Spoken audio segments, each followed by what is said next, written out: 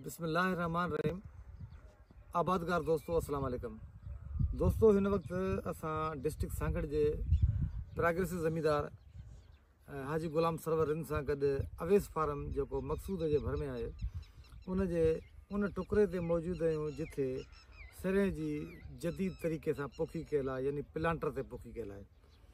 अच्छा, हाणे ही तव्हां कैमरा जी मदद सां ॾिसो, बहितरीनु जाइ आहे, हिन ॼम बहितरीनु थियो आहे, चौधारी ऐं टोटल जेका आहे सा आऊं त ईअं सम्झां पियो जहिड़ो 100% जाइ आहे।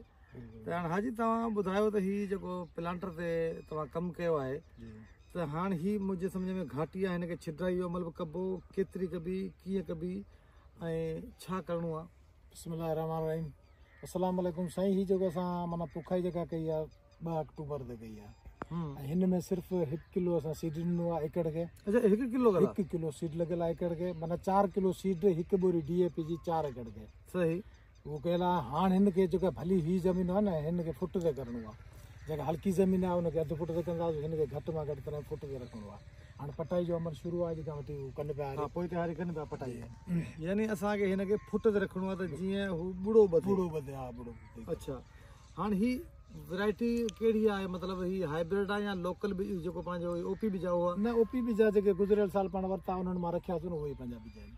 अच्छा, बीजा। अच्छा, ऐं तव्हां हुन खां अलावा सिलेक्शन बि हाणे हिन साल त करणु चाहियो आहे, जेको तव्हांजो प्लान हो त भई सिलेक्शन करे का सुठी वैरायटी जेके सुठा बूटा आहिनि हुन मां इंतिखाब कयूं? बिल्कुलु साईं, उहो असां कयो आहे। तक़रीबन 5-6 एकड़ हुन मां पोखियासीं। हाणे उहो जेॾीमहिल तयारु थिए तव्हांखे ॾेखारींदासीं, इनशाअल्लाह उहो तव्हांखे वैरायटी पसंदि ईंदी। सभिनी वैरायटियुनि खां वधीक उहा वैरायटी ईंदी। हाजी साहब, मसइलो हीअ आहे त सिंध जो जेको आबादगार आहे उनखे सुठा बीज कोन पिया मिलनि, उन करे ख़ासि तौर ते जेके तव्हां जहिड़ा वॾा आबादगार आहिनि उनखे घुरिजे त जेके कणिक या जेके सरे तेली बीज जा फसल आहिनि उन्हनि में अहिड़ो कमु कनि जो हिकिड़ा सुठा बीज तयारु थियनि त जीअं माण्हुनि में ट्रस्ट ऐं भरोसो पैदा थिए। त हू छो जो माण्हू अॼुकल्ह कंपनियुनि जे बीज खां लाराइनि था, ज़मींदारी बीज ते वधीक जेको आहे सो एतबार कंदा, ट्रस्ट कंदा, उन कम खे तव्हांखे अॻिते आणणो आहे। हा साईं, बिल्कुलु इहो असां बि सोचियो आहे। असांजी बि सरें जो बीज असां ठाहियो आहे हिन साल, छो जो असां वटि थोरो असां 5-10 एकड़ लॻाया आहिनि। ईंदड़ साल इनशाअल्लाह सभिनि दोस्तनि खे ॾींदासीं। भई कणिक जूं बि बहितरीनु वैरायटियूं असां जीअं फैज़मोहम्मद संजराणी आहे इन खां वठी आया आहियूं, उहो बहितरीनु तरीक़े सां काश्त कयूं पिया। उहो माना अॼु खां वठी उनजी काश्त शुरू आहे। इनशाअल्लाह उन ते बि तव्हांखे ॾेखारींदासीं 10-15 वैरायटियूं आहिनि जेके हिकिड़े अप्रूवल आहिनि, ॿी अञा नॉन अप्रूवल आहिनि। उहो बि बहितरीनु इनशाअल्लाह कणिक ते बि कमु कबो। हा जी, सिंध जे आबादगारनि खे बहितर बीज मिली सघे, उहो बाक़ाइदे उनखे फार्म विज़िट कराए इनशाअल्लाह बहितरीनु हूंदो कमु। बाक़ी सरें वारो तव्हां ईंदड़ हफ़्ते इनशाअल्लाह पाण ठाहींदासीं, जेके उहो असांजो 5-10 एकड़ जो सीडला आहे, उहो बि तव्हांखे प्लाट ॾेखारींदासीं।